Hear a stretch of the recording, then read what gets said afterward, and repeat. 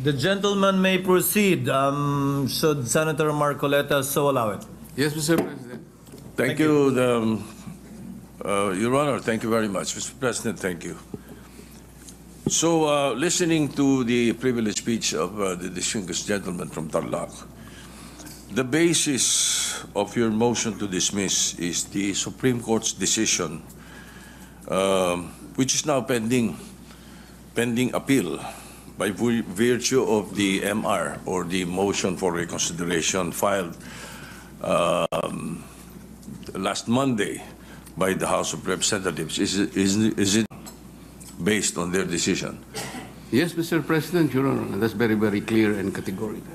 Correct. The Supreme Court decision, Mr. President, although immediately executory, is not yet final, thus appealable.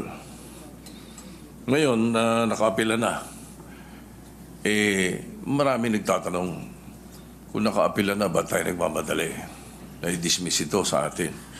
So may I ask the gentleman, what will happen if we prematurely dismiss the case and the Supreme Court subsequently grants the MR and reverses its own decision?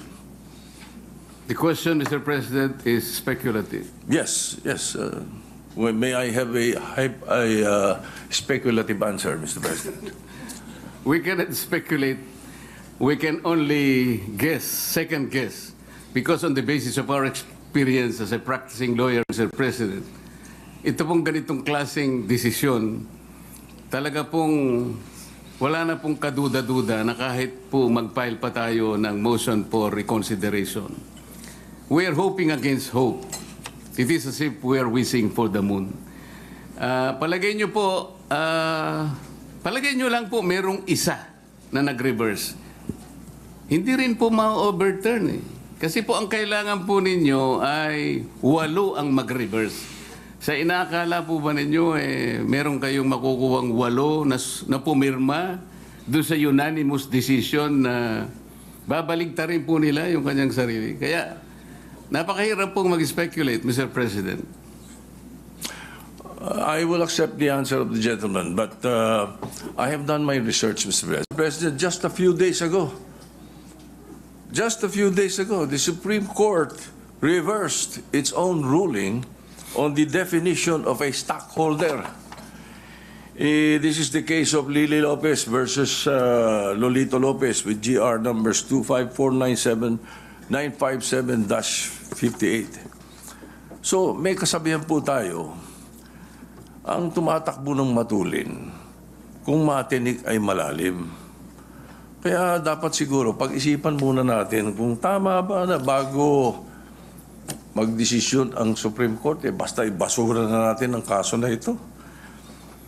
Unang-una po, Mr. President, gusto kong malaman, yung po bang mga kasong sinabi nyo, unanimous decisions po ba lahat? I am not sure about that. But one thing I can say is that if there is a mistake, a unanimous decision could become a unanimous mistake.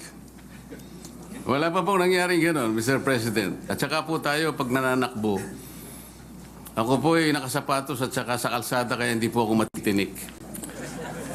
Well, Mr. President, there's always a first time. Regardless of whether it's unanimous or not, unanimous decision does not bar an appeal or a reversal, Mr. President. That is one thing for sure. Now, secondly, where is the ball, Mr. President? Or meaning the impeachment case itself? Is it in the Senate or in the impeachment court? Didn't the impeachment court throw it back, remanded, returned to the House of Representatives? So what are we dismissing in the Senate kung wala sa atin ng kaso? Can we continue hearing the case and dismissing it without the impeachment case in our hands? Can we throw the ball out when the ball is not in our possession? Siguro naman dapat magkaroon tayo ng tinatawag nating sense of proper sequencing of moves. Nasaan po ba yung impeachment case?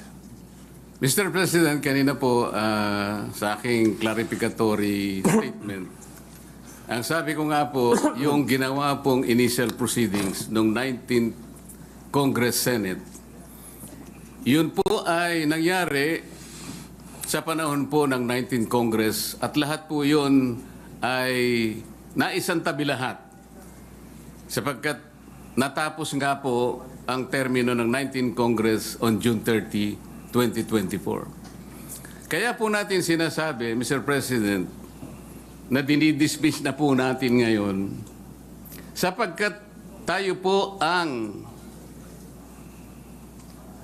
nasa lugar na sinasabihan ng Korte Suprema nung sabihin niyang ito ay immediately executory.